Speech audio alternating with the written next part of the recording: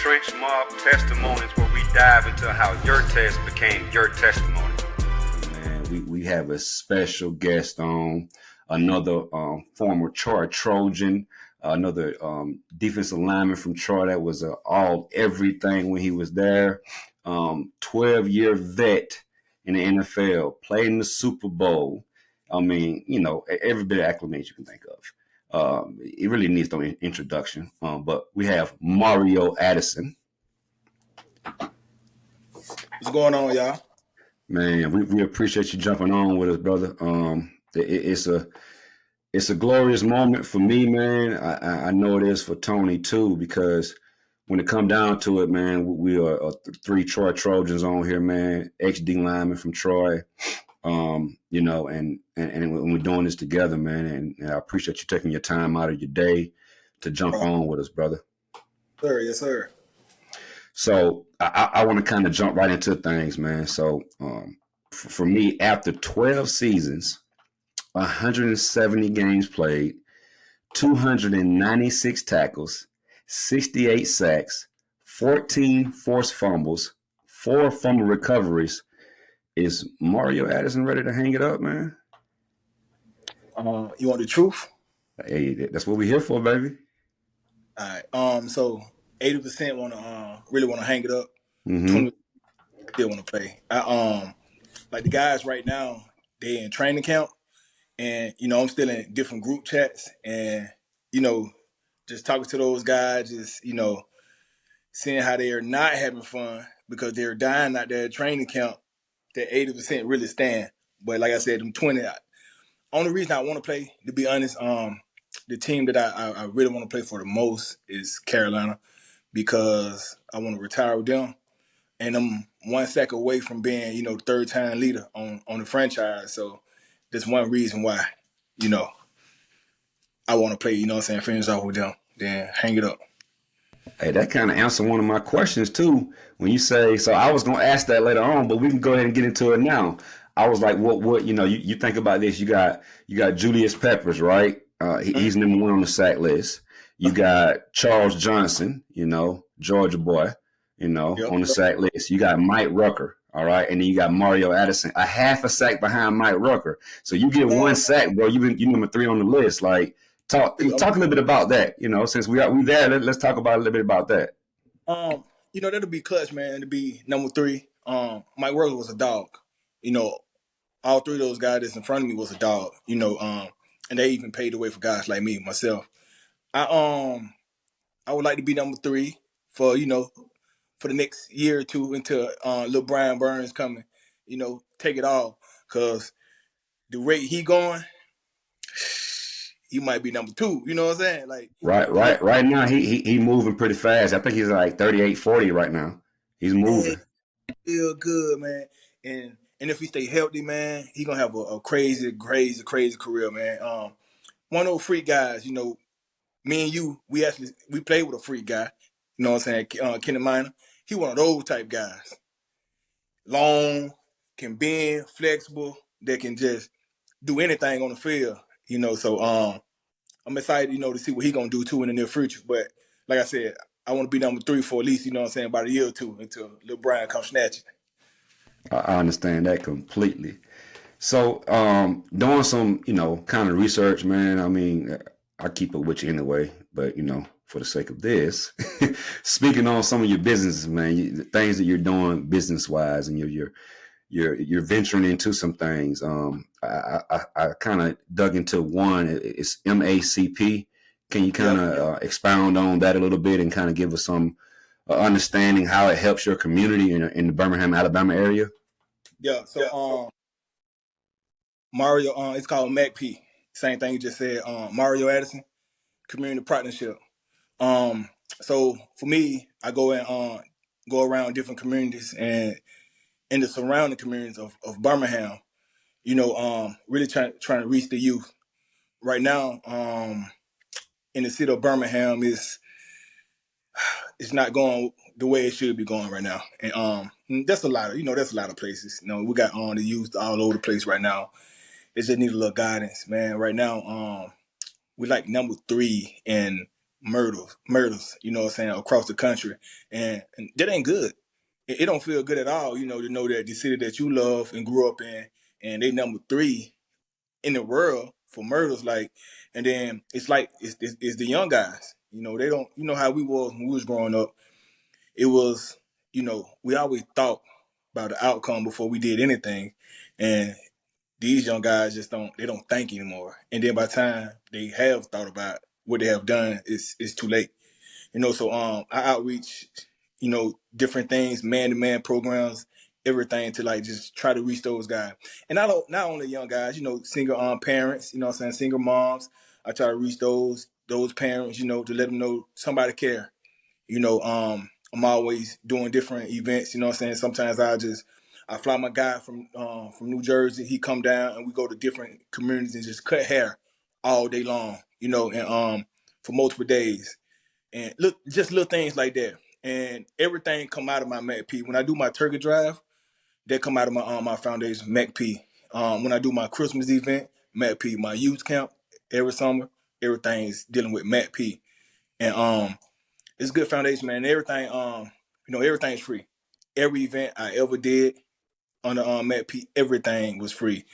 And that's MACP, man. And, you know, not only that, you know, I always partner with, you know, Birmingham police, you know, Gardendale police, you know what I'm saying, Fultondale police, all those surrounding guys, you know, the firefighters, everybody, you know, when we do our like man-to-man means, you know, to really just let the guys know it ain't all about sports.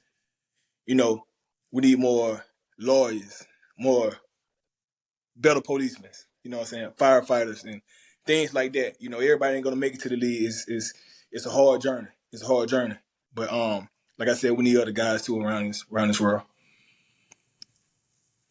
Absolutely, man, and kind of stand towards a little bit of that, man. It's no secret, you know, that you love cars. I mean, anybody that's follow you that knows who you are, you love cars, and particularly Yeah. old schools, man. Talked about, you know, built by Yo, man, and how you was able to turn your dreams into a reality. Um. So me personally, I grew up around you know, all the older guys. I actually grew up in the hood, one of the projects in Birmingham, and all the older guys, man, you know, they had all the old school cars, had them hooked up. You know what I'm saying, like rim systems. I always said, you know, when I get older and I ever make, you know, enough money to, you know, do a car or two, that I'm gonna do it. And oh man, one car turned to 2, then 2 turned to 3, then 3 turned to 4, and you know, list goes on. And but like that's my passion right now, and that's what really helping me, you know, transitioning to retirement right now, because it brings me joy. And anything that bring me peace and joy, man, I'm all for it. I'm all for it. Like I've been structured for 12 years, straight doing what I had to do. Mario had to wake up at this time, be to work at this time, eat at this time, practice at this time, go to meetings at this time, go to practice at this time, get out of practice, go back to meetings at this time, then eat at this time, go to sleep and do it all over for 12 years.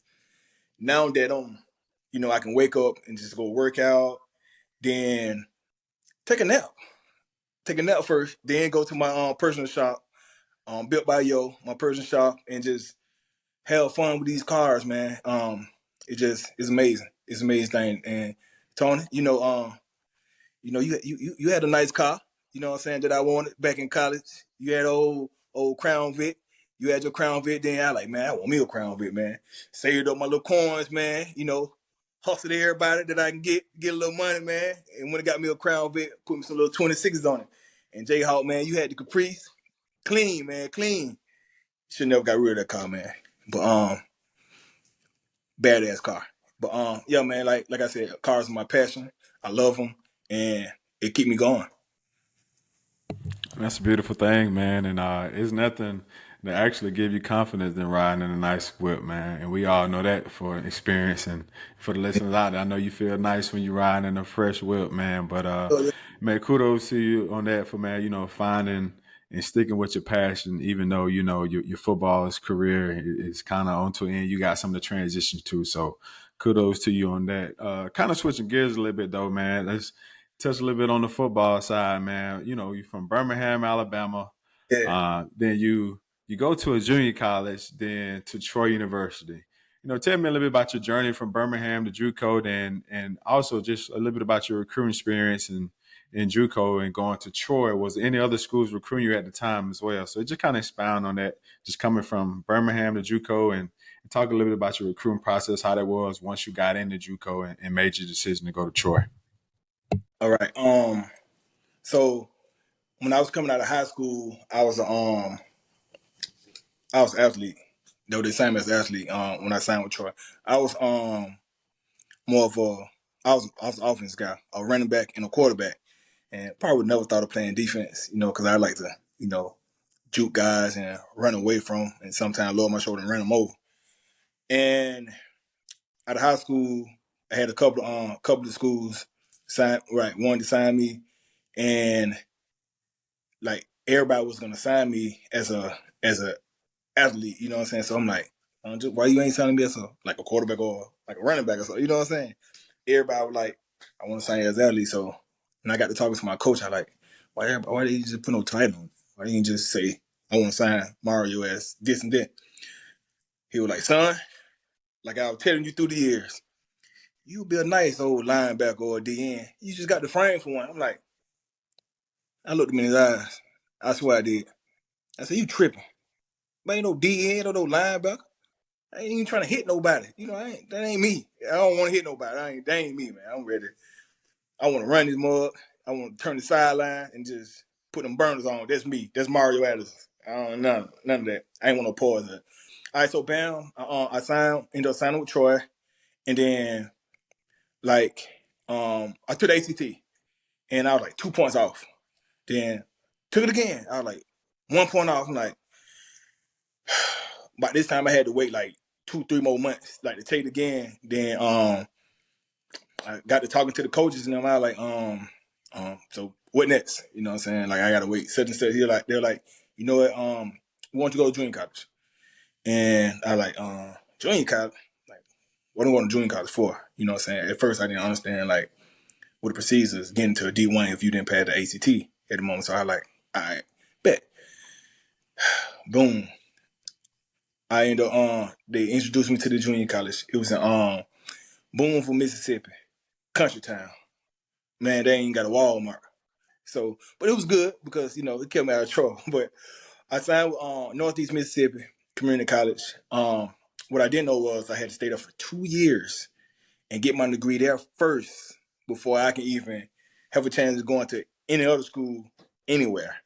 And I stayed there for 2 years, and I end up being the best player. Oh, so bam, I'm in junior college. I can't skip this part because this what made me really who I am. All right, so my first year, I was a linebacker. What am I gonna do? I'm ready to run away from somebody, like for real. So, we had I did. So the first year I was a linebacker, right? And we in camp, and I'm like, man, let's see how this go. You know what I'm saying? And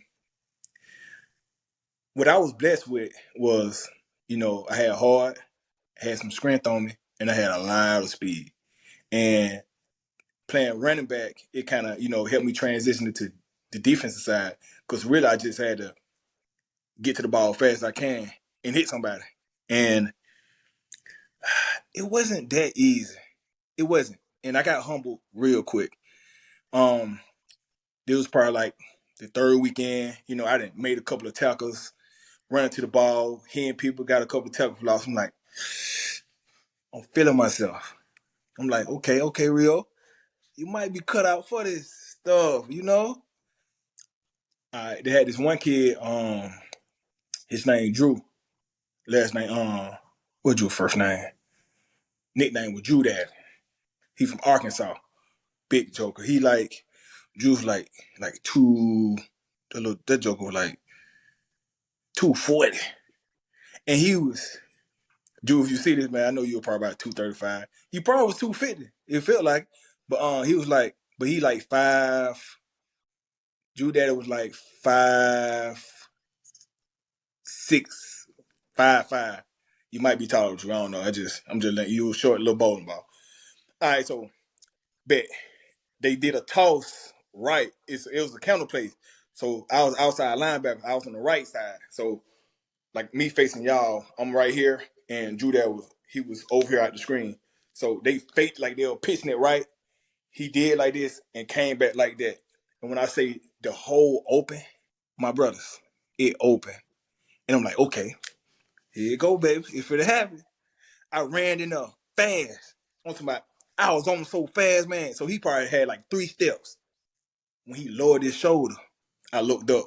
All I seen was ass and elbows. He ran me over and kept going. I was like, no. I was like, no. All right, Mario. I went back to my mind again, maybe you ain't cut out for this, you know what I'm saying? But there was a humbling experience. And after that, I learned, my coach always say, when you hit somebody, bring you behind you. Bring you behind. And I learned that the hard way. And not saying that, hell, if I would have brought, my behind with me that time, he would still want to ram me over. I don't know. But he did. And he done ran a lot of people over. And, they was on the other team, so it felt good. But he introduced me to like the defensive side for real. And just knowing like, speed and everything. Speed and this and that, it's not everything, you know what I'm saying? It's great to have. But if you really don't, know the traditional way of hitting or really just hitting the proper way, you know what I'm saying, you're gonna get stung. And there we did. Bro, stung like a bee. And I had to tell you that one. So, but I still, that humbling experience made me it made me tougher. And then what happened after that was I ended up being like the best player on the North as a linebacker. I had that year I had a lot of tackles, few tackle for losses, and it was a good year. It was a good year. Like I said, I was one of the best players on the North. Next year, Troy, they contact the coaches up there and said, we want to try Mario at defense end. And I'm like, man, I just got comfortable, with this position. They were like, Coach, they were like, yeah, I know, but they want to, just try you here. They're like, man, just with the amount of speed you have, use it. So that ball moved, I was out of there. When I say I was running past them guys, and these real true linemen, I wasn't a true end. So to be honest, without speed, and if I was to try to tussle with these big guys, they would have killed me, flat out killed me. And what I did was, my coach says, just when that ball moved, just run around them. And then what I did, I was running around guys and getting tackle for losses. I led the league in tackle for losses my second year, playing in JUCO, and I had like a couple of sacks, but I had a lot of tackle for losses, a lot out disrupting plays left and right. And my second year up, I ended up being the best player in the North again as a DN. And another thing, when I left and I ended up signing with Troy, I got my degree from there. I signed with Troy, and I talked to, one of the coaches they said I had like so many offers after my 2 years of JUCO, like so many big time name offers that they ain't let me what you call them. And we had a coach that was at Troy that came from the JUCO where I played at. So he got that pull. So all the offers, who this guy is, they came to recruit people, but they came to really try to talk to me. Oh, don't worry about him. He's going to Troy. But them not knowing that just because Troy was being loyal to me, checking on me, this and that, I was going to sign with Troy anyway. You feel me? Because I want to stay in Alabama, period. So they ain't had to, rip up nothing or hide me from anybody. I would have talked to him, but I would have told him, you know what I'm saying, I'm going to Troy. Troy the team for me. So, bam, out of that, I signed with Troy. I get there, and then that's when I run into guys like Jayhawk, Kenny Minor, B Long, Cameron. I'm like, no chance, I'm finna make it. They're like, these are big. Like, they some true DN. Even, Tony, even when you came after that, you know what I'm saying, a year after me, I'm like, yep, you finna take my spot. Then Massaquoi came like, man, might need to go back to linebacker. So you know what I'm saying? I remember when you came in, man. It was like I think I remember you had an offer from Florida State, if I'm not mistaken. Mm-hmm. And I remember we talked about it. I was like, you had an offer from Florida State, bro? You came here? You were like, yeah. I mean, I was gonna come here regardless. Like, okay, cool. I mean, you dedicated, but you already know. It's crazy how, you know, when you talk about all those names you just brought up, Kenny Maynard, you got Brandon Lane, you got Cameron Sheffield, you got Tony, you got Jonathan Massaquoi, and we were sold by, you know, just DeMarcus Ware, Osinye Manure. We were sold on those guys anyway, but man, to sit here and go through all those names and to sit here now and to be one of those names that people look back on at Troy for yourself, like, man, Mario Addison, you know. So just I wanted to kind of get into like, okay, so I know when you went to Troy, you did your thing for 2 years and you did what you had to do to get an opportunity to NFL. But I remember you and I had a talk after your senior year. You know, I think we were walking through like the quad or whatever. And I was like, so, you know, you getting ready to go get ready for your pro day, bro. Like, what you going to do? You just like, man, I'm just going to go through it and see what's happening. You know what I mean? Like, it wasn't a definitive answer. Like, yeah, I'm going to make it to the league. I'm going to do this. I'm going to play 12 years. I'm playing the Super Bowl 50. None of it was just like, yeah, I'm going to see what happened. I'm going to just, you know, I'm going to keep working. And I think that was your mindset and that helped you, you know, throughout your NFL career. All right. So I want to ask about, like, you go after that pro day, you go undrafted and you get to the Chicago Bears. And then you kind of bounce around from the Bears to the Colts to the Redskins. And then you finally get to your true home with the Panthers. Kind of talk through those first 2.5 years of you bouncing around from team to team, because there's a lot of guys out there that do that to this day. And some of them don't make it like you did, man, and have a long career. So kind of talk about that process and what you went through with that. Okay. So first, when I left out of Troy, I was undrafted free agent. And a little before that, so my senior year at Troy, I broke my hand. You know, they were messing with me hard until I broke my hand. I guess if they would have gave me a chance to lead, I thought I was going to be timid. And I used all that for fuel. And when I broke my hand, I went undrafted. Bam. I ended up going with so one thing about undrafted, being undrafted, you get to pick the team that you want to play for if they want you. So, and I had like a lot of teams that wanted me, but I ended up choosing Chicago because they had the same scheme I played in college at Troy. And then they had guys like Jules Pebble, this and that. You know, those would be good guys to like learn from. So I chose them, and the defense coordinator was Rob Marinelli. And when I went up there and I talked to them,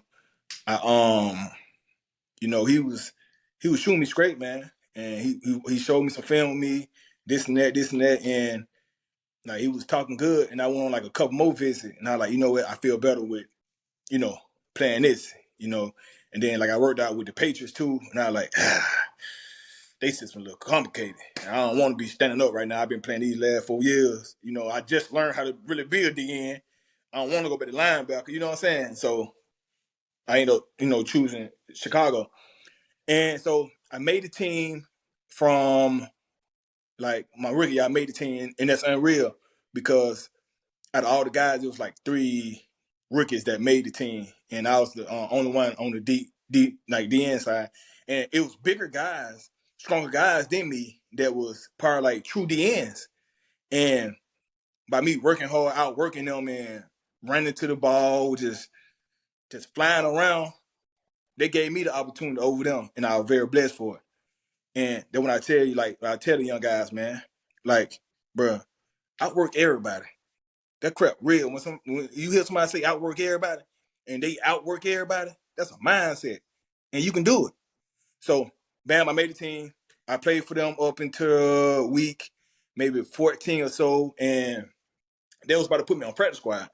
And I didn't clear waivers. So one thing about if you get released, you got to wait 24 hours if a team don't claim you and the team that release you want to put you on practice squad, you go into the practice squad.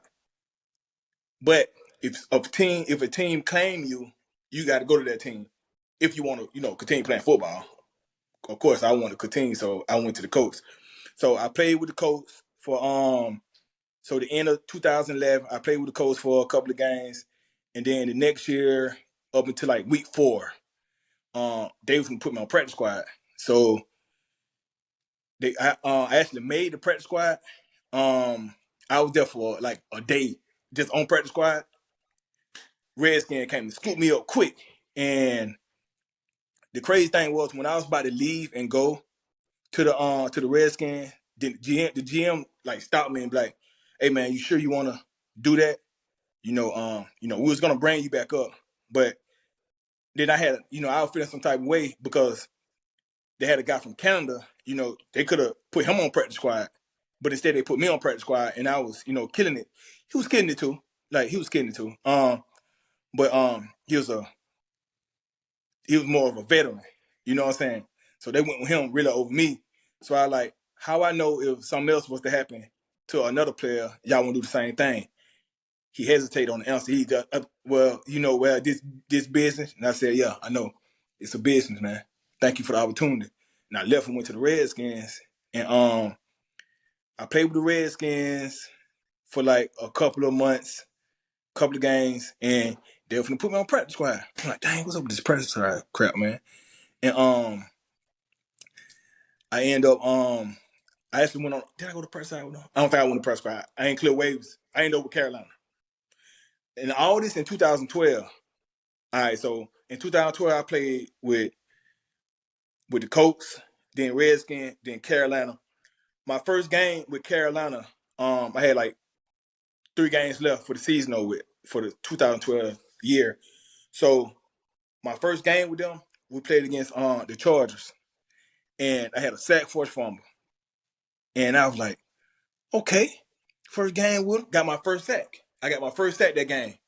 I'm like, okay, feeling good. And the whole time, what I realized is that if a team don't have like anything invested in you, then they really don't care anything about you, man. Talk to him now. You got to go a little deeper with that one now, because that's one thing, and because I try to talk to the young guys I coach and that get opportunities, and they may be in camp right now, and they call me like, man, coach, I'm better than him. I'm better than him. I'm better than him.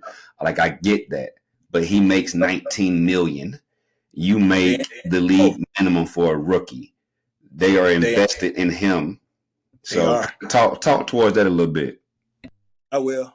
Like I said, most of the time I got cut and released, it because they had something invested in other guys over me, and not saying he's the better guy, because in all honesty, even though I was like a true DN, I was still better than them. You know what I'm saying? But like I said, like J Hawk said, they had money invested in this guy and coins invested in me. And I had to realize that, and I got kind of discouraged when I was going through different teams. I'm like, dang, like this, maybe it ain't working. Maybe, it ain't for me. But I know it's in me, but maybe it just ain't the route that I need to be going. Maybe it's something else I need to be doing. Like I said, I got to Carolina, first game, sack force from couple more games, had some tackles. I started like the last game for Carolina. They just put me on the outside. I was standing up rushing. They don't even have their DN standing up. They had me as a linebacker. And they said, on this one play, they just created something. Just shoot it. And I shot it fast. Bow. And I had a tackle for loss. That next year in camp, I started off as the number 2 guy. Usually, I start off at, number 3. I'm always behind. I'm third, you know what I'm saying? Like, these guys, they real NFL players. Me, I'm just an athlete. Just trying to find my way. Whatever I can do, I'm going to do it. You know what I'm saying? Special team, whatever that. All right. So, bam. I end up, so what I had to learn, y'all, like, people think, like, special team is a hassle. It's not a hassle. it's a job on the field. It's a job, man.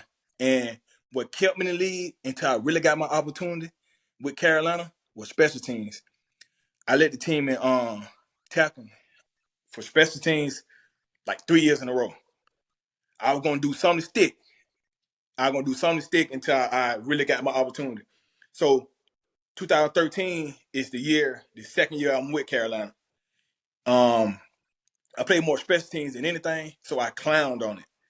And then midway through the season, I had Charles Johnson and I had Greg in front of me. And those guys was beasts. I was like, oh, these boys they'll snatch out your shoes if they wanted to. And then I'm already knowing. So I was learning from them while I was playing special teams. And then, my coach, he pulled me in the office and he said, Mario, like, and he's my frat brother too. Oh, Q dog. He pulled me in the room. He said, "What's your what can you do?" I said, I can run fast. All right, what's your next move off that? He was like, I said, Coach, to be honest, I try my best to run by them before they won't even put their hands on me. He said, but what if they do put their hands on you? I said, I'm gonna find a way to defeat their hands and get it off me. And he said, what you need to learn to do is get your 2 moves and stay with them, put them in your toolbox, and always judge off the tackle. And what he said was, if a tackle is passive, you aggressive. You go to aggressive on him. And that's where my long arm came from. And then he said, if a tackle if he aggressive, speed your hands up, knock his hands off him, and keep going. And that always stuck with me. And he asked me that same question like 2 years later, exact same question. And I was spinning it out just like that. All right. Fast forward to 2014. All right. By now, they put me in the 5. You know what I'm saying? Like I'm number 3. You know what I'm saying? Like I told you, I was like number 2 on the West Coast. I'm more like number 3 as in a rotating end. Right. You rotating with the ones, but you the third in off the bench, and you're gonna be the guy that gonna go in with the ones if you got to go with the one for a pass rush package. I seen it all. Yeah. Like Janova was coming off the pound with that thing. You feel?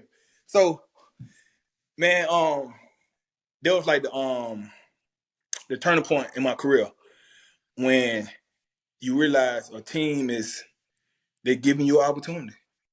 And then I made the best of the opportunity too, man. I mean, I had blisters under my feet. I was still running like I ain't had none. You know what I'm saying? Like cleats soaking wet, catching blisters. Y'all know how it is. And I was just out there. I was a dog, bro. Them 2014 and 15, like they turned me into a dog. They cut me loose. They put a little weight on me.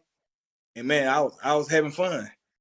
And fast forward to 15, 16 season, Carolina had a good team. And I was part of it. I remember y'all were undefeated for a little minute though, man. Y'all went on a run. I was like what, 15-0? 15-0, and then you took 1 L, I think it was to Atlanta Falcons, right? Yep. Kind of getting a little bit deeper into that Falcons game. If I remember correctly, you got a roughing the pass on Matt Ryan. Yeah. And that was one of your biggest.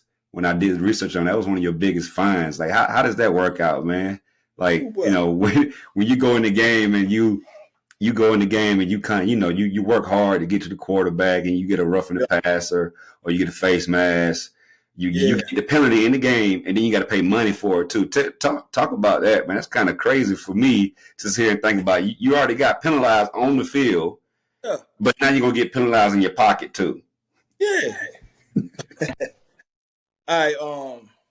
Matt Ryan. He was in the same division as me, and he one of those quarterbacks that I didn't like, but at the same time I don't want to pay a fine. And he was caught. He had the ball. He caught back, like he was like this. So I kind of caught him, like hit him, blast his ass while he was throwing it. You know what I'm saying? And them motherfuckers threw the fine. I mean, they threw the what's collar. You can always say threw the fine shit. They threw the flag on me. I'm like, bruh, you can go back and catch. You can see what you call it. Like, all right, bam. Monday morning, I got an envelope in my locker. And when they find you fast, Jack. Like, I just played Sunday. FedEx. I got a FedEx envelope in my locker, bro. Everybody, Charles Jones was like, ooh, what? Well, you know what's in there, ain't it? I said, I hope it's a check for me. He was like, shit, you finna come out of check. And I got fined. So for that hit, it was my first offense. I ended up getting fined like $7,000, right? And one thing about a fine, if you feel like you didn't do anything wrong, you can appeal it. So I appealed it. So we're in front of I'm talking on the phone with my lawyer, the NFLPA. Well, not my lawyer, my agent, and the NFLPA lawyer. So we talking to Thrasher and Brooks, those two former NFL players, and they the ones, you know what I'm saying, they looking at the film while we talking.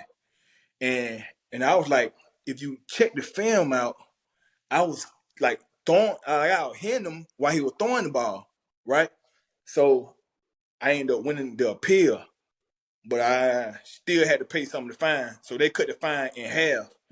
And I asked him, like, well, I'm still paying, such and such on the fine that clearly I was catching him while he was throwing. He was like, you want to pay the whole thing? I was like, no, sir. All right, bet. It's over. All right, it's over. All right, bet. And that was my first offense, my first fine. And when my fines, like when I got other fines, like they was going up rapidly. One year, like probably 2000, maybe 18, I probably had like 8, like roughing the passes or some shit. It went from 7 to 7K to 14 to almost 30K. I'm like, God damn, you feel me? And I seen one got up to like 28,000. You had a face mask against Frank Gore. Yeah. It was yeah. Get your ass on the ground, then I won't pull your shit. But yo, man, all those like fines, man. They one thing about the NFL, they're gonna find a way to get some money back out of you. So, and to me personally, that kind of, make the game soft, because you're in line of duty. It's gonna happen sometimes. Long as you don't really do it like intentionally, you're good. You know what I'm saying? I think you should be good. But if it's clearly you trying to hurt somebody, you know what I'm saying, or put somebody on the stretcher, then yeah, it's cool to find them. But if it clearly because some of the hits, you guys know, you can't avoid them. It's just like the new rule they got, like me lowering my shoulder, and if I make head-to-head contact with a running back, then I'm gonna get fined. If I don't lower my shoulder, he gonna run me over. They don't care about me getting ran over. You gonna find him? Hell no, they ain't gonna find him. I'm gonna be on somebody's highlight reel. So, it's a fine line between good and bad. And sometimes, I'd rather be on the bad side than on his good side. So it's just what it is.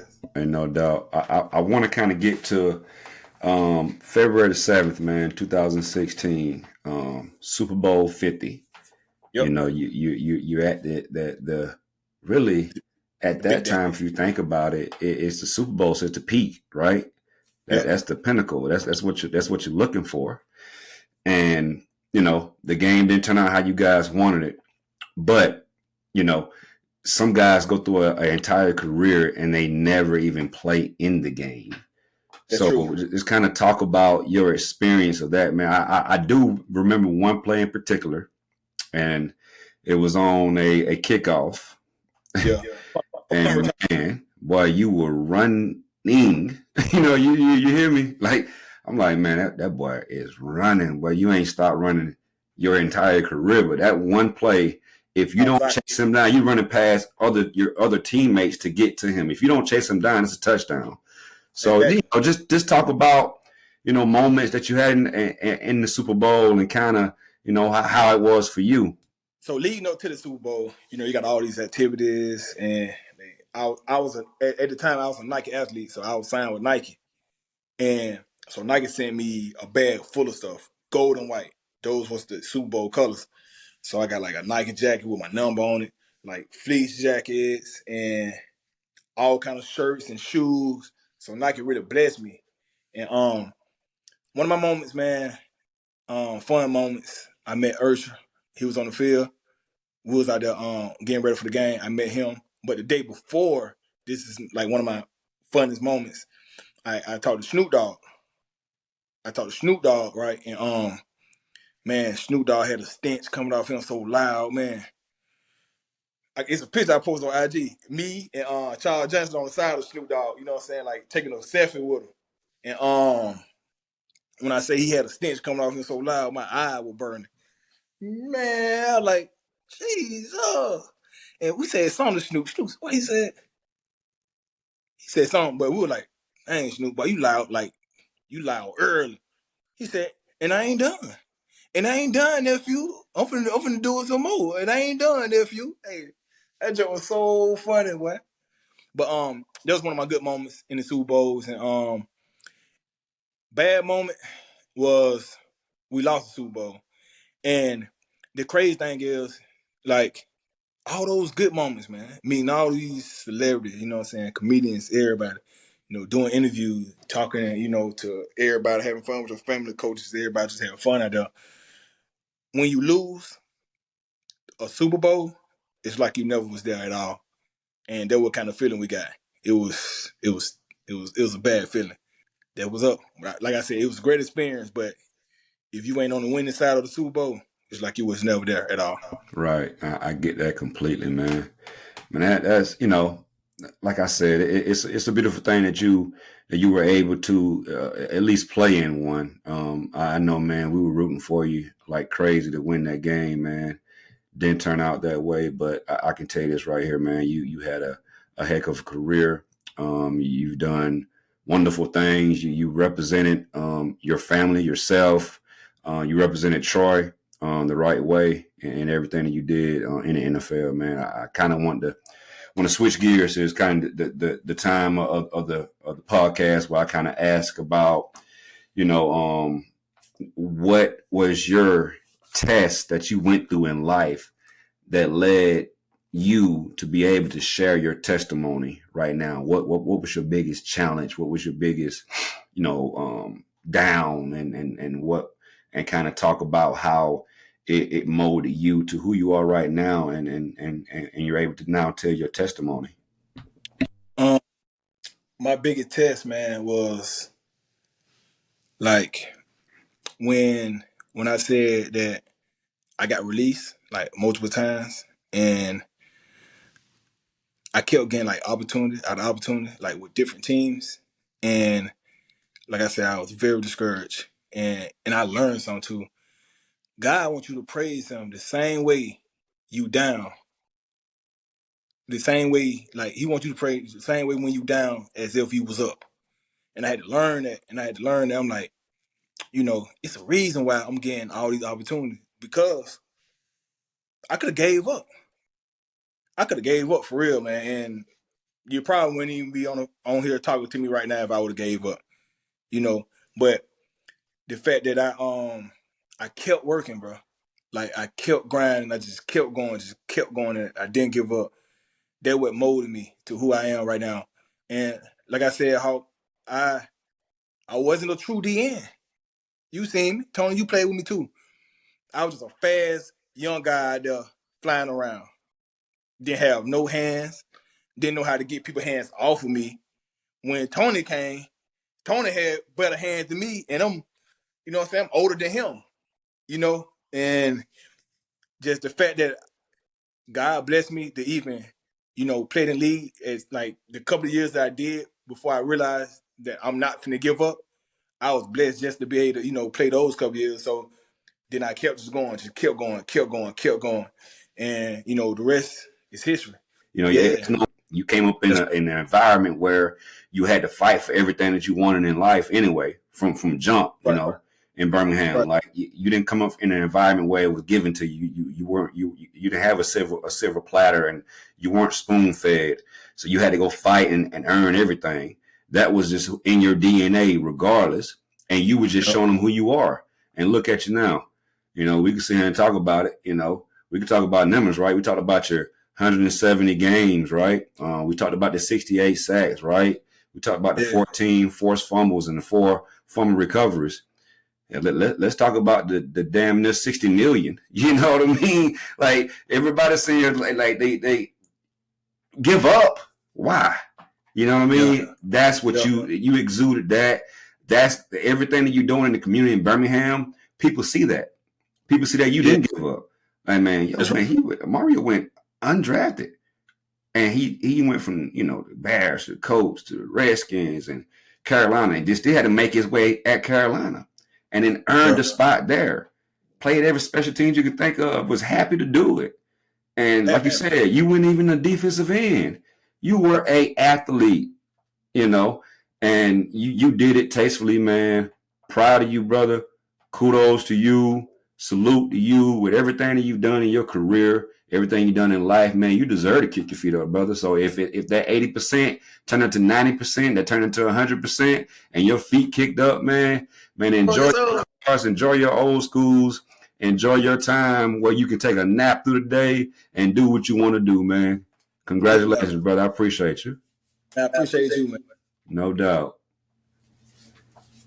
Absolutely, man. It was, like you said, bro, it's a blessing to watch your career, man. I know I always rooted for you, especially because I had the opportunity to play with you and Kawhi, and I always, you know, admire y'all. I mean, y'all had what I didn't have, and I always wished I had it.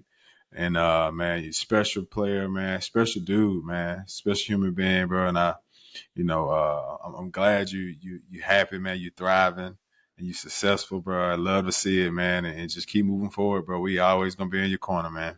Man, I appreciate it, man. Much love, my brothers. No doubt, man. And that is TrenchMob Testimonies, man, with Mario Addison, brother. Appreciate you, brother. And we out. All right, my guys.